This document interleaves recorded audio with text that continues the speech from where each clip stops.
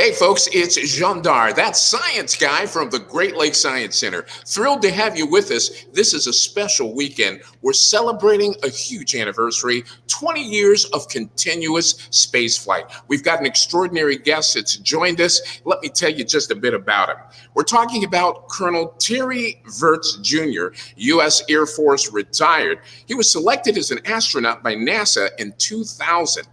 The Maryland native graduated with academic distinction from the United States Air Force Academy in 1989 and has logged over 4,700 flight hours in more than 40 different aircraft. He served as the Endeavour pilot on STS-130 in 2010 and then was assigned to Expedition 42 and 43, where he served as a commander for Expedition 43 in 2015.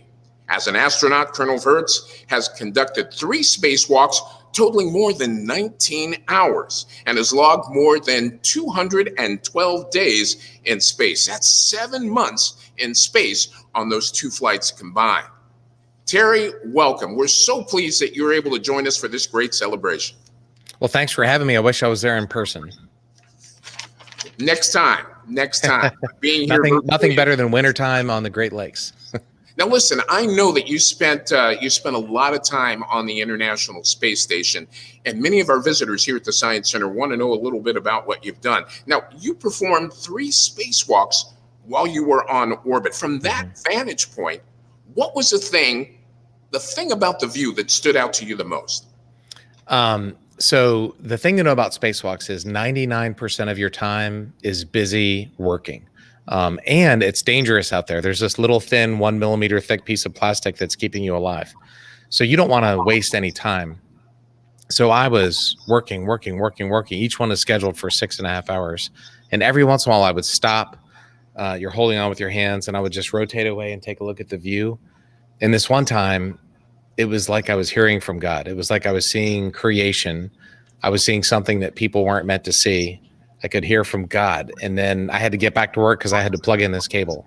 And so the really amazing thing about spacewalking is just how big of a juxtaposition it is from sublime and mundane.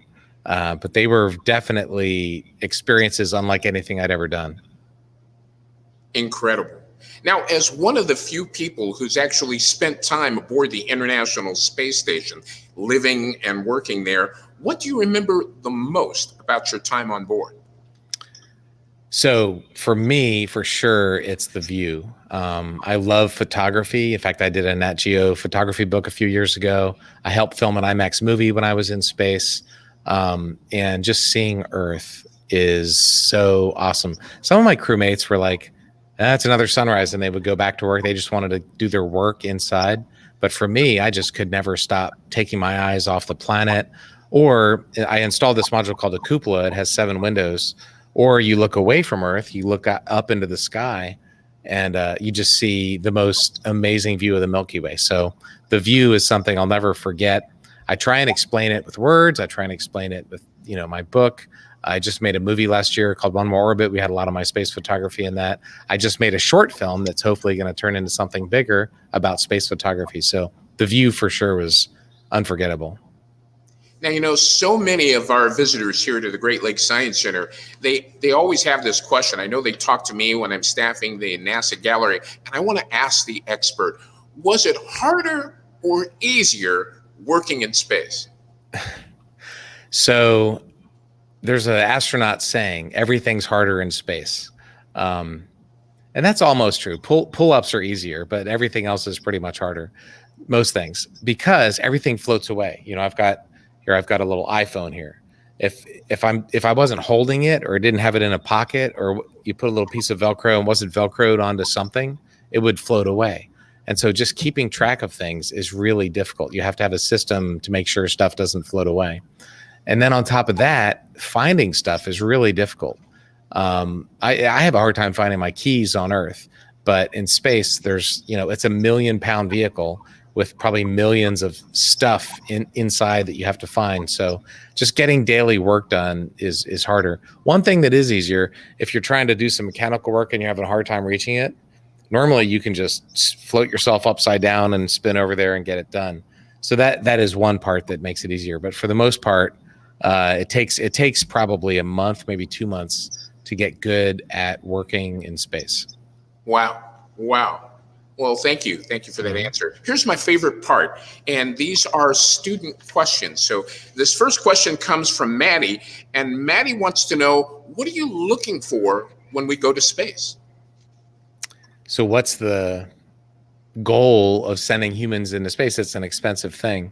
That's a good question, because we have lots of problems on Earth down here and the Great Lakes. I was talking to my son about that, and he said they could use all that money to pay off our college loans, as a kid who's going to college right now himself. But the reality is, when I went into space on my space shuttle mission, they told us the flight cost about $1 billion, and my space station mission cost about $1 billion also. And we got into space, we opened up the payload bay doors, and we didn't launch $1 billion bills out into space.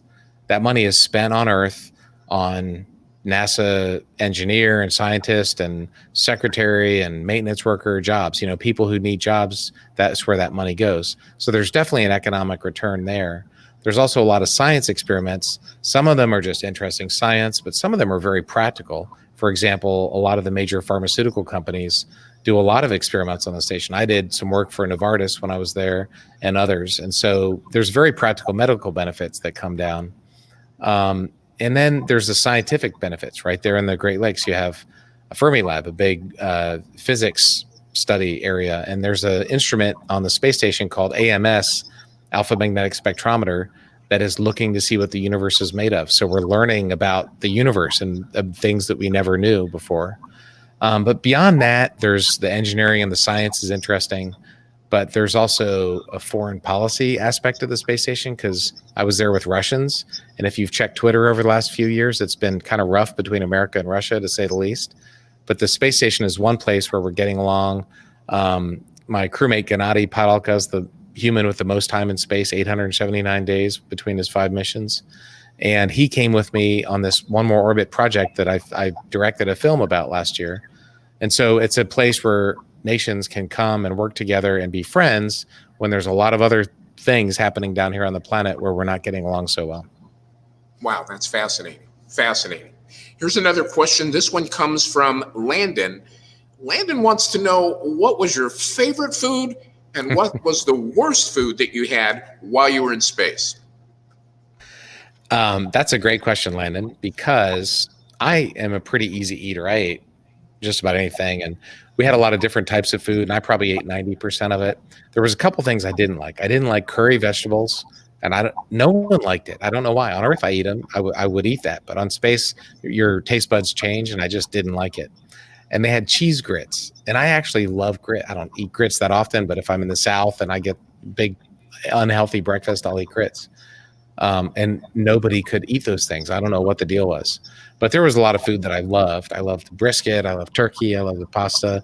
I loved the European food. I got some European food.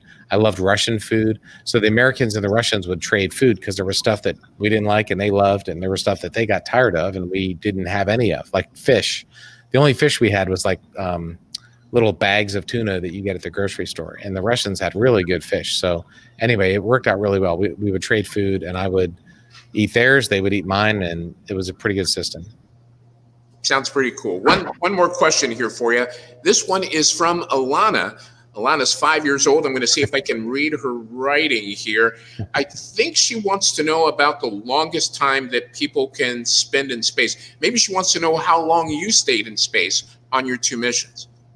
Well, the longest time anybody's ever spent in one mission was a Russian, I think Sergei Polyakov, back in the 90s. Basically, the Soviet Union collapsed, and his ride home didn't happen. So he ended up spending 440 days, almost a year and a half, in one mission. And then Gennady Padalka, my crewmate, has been up on 5 missions, and his total time was 879 days. So my first flight was about 2 weeks long on the space shuttle. And then on my space station flight, it was about 200 days long. It depends on how you count. If you think Monday through Friday is 5 days, then my first flight was 15 days and my second flight was 201. But if you start the stopwatch and then you stop the stopwatch when you land, it was about 230 13 or 14 days. So a little over 7 months is how long I was in space. Now, when you returned to Earth, did you have any challenges? I mean, you're used to leaving something floating next to you. When you got back to Earth, did you have any and drop it? Yeah, exactly. So I talk about that. I've got a new book out called How to Astronaut, and it's basically 51 short, fun chapters about stuff you'd expect, stuff you didn't expect, and there's a chapter in there about that because there's some stuff you'd expect. First of all, you feel heavy and dizzy. I never threw up or I never fell over, but I thought I was going to. So I always wanted a handrail or somebody next to me that I could hold on to for the first day. But the bigger challenge physically, I got better. A week after I landed, after the 200-day mission, I did a balance test, and my balance score was better than it had been before I launched. So my body just recovered really quickly. But the bigger one was emotional. And I was worried that I was going to miss space and wanted to go back and couldn't wait to go back. And my son, I landed, flew 24 hours back to Houston. We landed in Kazakhstan. It was a long trip back to Houston. Went to the gym to do my rehab. And my son, it was 16. He got his license when I was in space. So he said, "Dad, let's go car shopping." So I got in his car, went to the Ford dealer, and I was fine. I remember thinking, I'm just back on Earth. It's fine. I don't miss space. I mean, it was cool. I'm glad I went, but I like Earth. There's things on Earth that you don't get in space. So it was good to be back on Earth. But that's a really good question, Lana. That is so cool. So good. Well, listen, we're so excited to have you here with us today and help us to celebrate this entire weekend. Thank you so much for joining us. I want to take a moment and remind all of you that are watching throughout the Science Center today that we've got plenty of great exhibits and cart activities for you to participate in, and we hope that you will do that while you're here. Terry, thanks again for helping make us a lot smarter. And to all of you, remember to stay curious. Thanks for having me. It's an important anniversary, and it's something fun and positive to talk about in what's been a pretty crazy year so far. Absolutely.